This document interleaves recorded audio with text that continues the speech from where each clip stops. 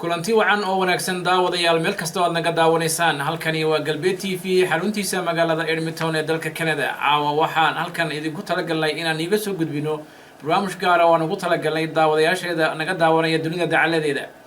waxaanan ugu soo gudbin doonaa dhawaan dhacdadii ka dhacday tuulada Sabawanaag ka tirsan degmada Lughaya waxaa dhawaan ka bilaabmay gobolka Awdal diiwaangelinta codbixiyaasha oo loogu talagalay inay iska diiwaangeliyaan dhammaan dadka ku nool gobolka Awdal goob kasta tuulo kasta iyo meel kasta oo ay ku nool yihiin dadka reer Awdal diiwaangelintan ayaa waxaa hirgelinaya maamulka Hargeysa oo doonaya in uu diiwaangelintan ka bilaabantay waqooyiga Soomaaliya ayaa waxa ay tahay in maamulka Hargeysa uga dan leeyihiin inay beesha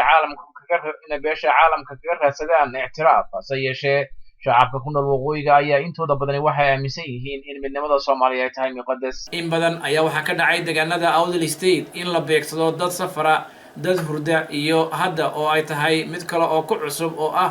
in ma si bareer cad ah loo soo weeraro shacab isdiiwaangelinaya oo aan hubaysnayn sidaan la socono waxaa jiray goobo badan oo laga xiray in laga diiwaangeliyo dadka reer Awdal goobahaasi oo hoos yimaada degmada Lughaya sidaan la socono dhacdadaasi ayaa waxa uu dhacday in dad shacab ah oo isdiiwaangelinayay la soo weeraro laguna soo weeraro baabuur iyo hub haddaba dadka weynaha goobjooga ahaa oo hawshaasi arrintaasi ka hadlaya ayaa waxay yidhaahdeen sida tan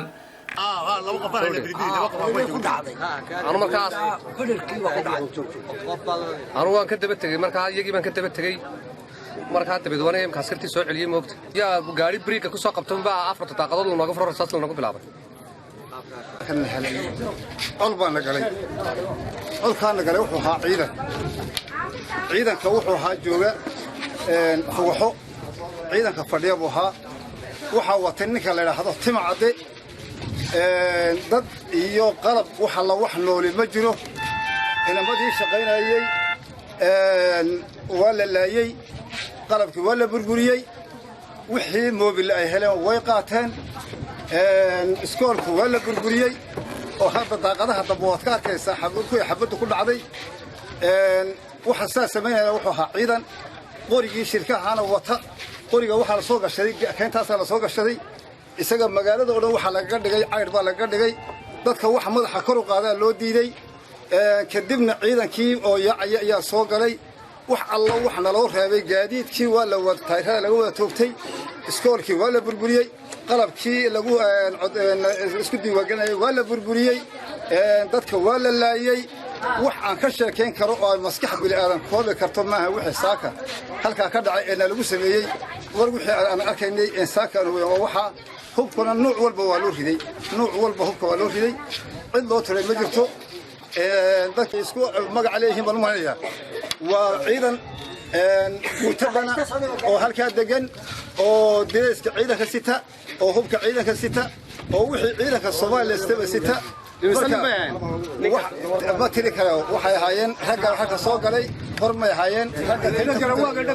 نقرأ حاجة دكتور قريبة شركة واحد لقى سوق فيها هلكا كم إذا هاد الأولين كشقين سي حولها الديوانجلين تاع إمام القبلات كهرجيسا كودان دقمة اللقيا إنكاسي أول شيء إن سرقال كم إذا إذا ماذا مامور كهرجيسا وأمر كسي إنه حد الدوام هدي وكتر haddii uu shaqadiisa joojin waayo ama uu baabuurkiisa ka saari waayo inuu shaqeeyo diiwaangelinta ka socota degmada Lughaya waxaana hadaladiisi kamid ahaa gaariga rasaas lagu dhufto watay ee dadka soo gurayay waxa weeyaan habeen saddexaadkii ninka timcada ciidanka ku haystay meesha wuxuu aan cabdigeedi ayuu yiri ma shaqeyn kartid gaariga wadiga saa waad xiran tahay waxaan ugu jawaabay qarab baan u shaqeeyaa diiwaangelin baan u shaqeeyaa gaariga ma dhigayo markaas soo noqotaa ku xidhayaa buuri halkaasi ka hadlay suldaan kamid ah salaadiinta gobolka Awdal suldaan Abshir oo sheegay in dhulkaasi ay yihiin dhul hoos yimaada degmada Lughaya hase yeeshee maamulka Hargeysa ay ku doodayaan inuu ka tirsan yahay gobolka Waqooyi Galbeed suldaanka arrintaasi ka hadlayna waxa hadaladiisi kamid ahaa horta meeshaan joognaa waa Sabawanaag lix goobood waa ku xidhnaa ee maromowga ku xidhnaa waa goobtii toddobaad meeshaan joognaa waa Sabawanaag waxa ka codeynayay dadkii lixda goobood laga xidhay ee iska lahaa ee deganaa ayaa meeshan ka codeynayay sanduuqa ugu cod badan ayuu ahaa waxa weeyaan horta mid waa ilaahay mahadiyo dagaalku uu noocyo badan yahay dadkii raximka ahaa ee la isku dirayay hadday maanta midaysan yihiin cidina wax ka haysan kari mayso la baryi maayo waxaana si la odhan maayo cidina wax ka haysan kari mayso waxaan leeyahay waxa la yidhi islaam baa odaygeegii ku tidhi ee xalay waxaan ku riyooday riyayga daa buu yidhi soo jeedkii baan runkaaga waayey waxay yidhaaheen 6 goobood waa loo fadhiisanayaa guddi baa loo saarayaa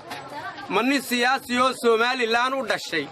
oon ogeyn baa jiray 6 goobood inay lughaya tahay guddiga loo saarayaana maanu iyaguna hayn daawadayaal hadda waxaa nii furnaa khadka telefoonka iyo barta Facebooka waxaa khadka hadda si toos ah ugu jira walaal magacaaga iyo goobtaad ka soo hadlayso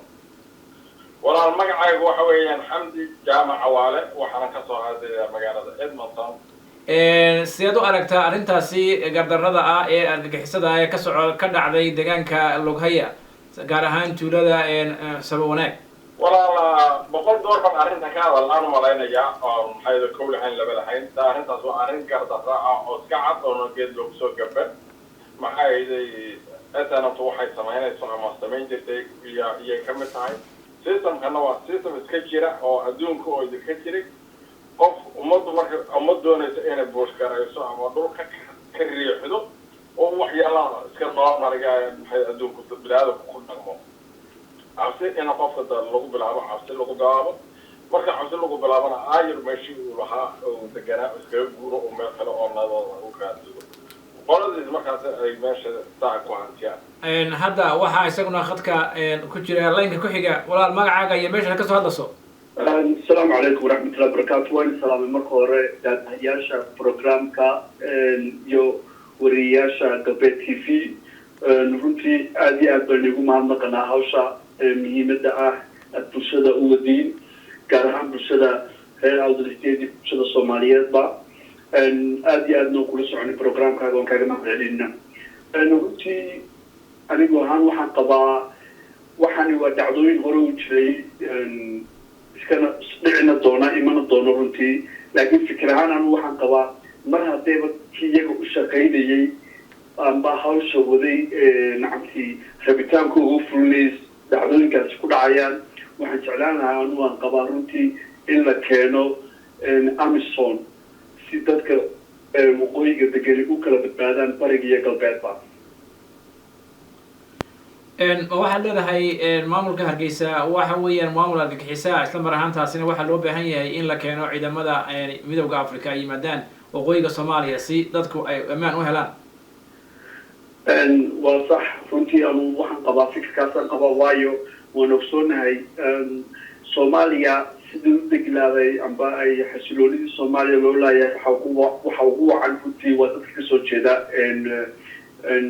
waqooyiga Soomaaliya gaar ahaan maamulka Hargeysa waan ognahay in argagixisada iyo koonfurta Soomaaliyaba dhibaatooyinka isdaba joogga ee dhacdooyinka qorshe xun iyaga ka wada dhulka waqooyiga laftiisa iyaga ka wada aad iyo aad baad mahadsan tahay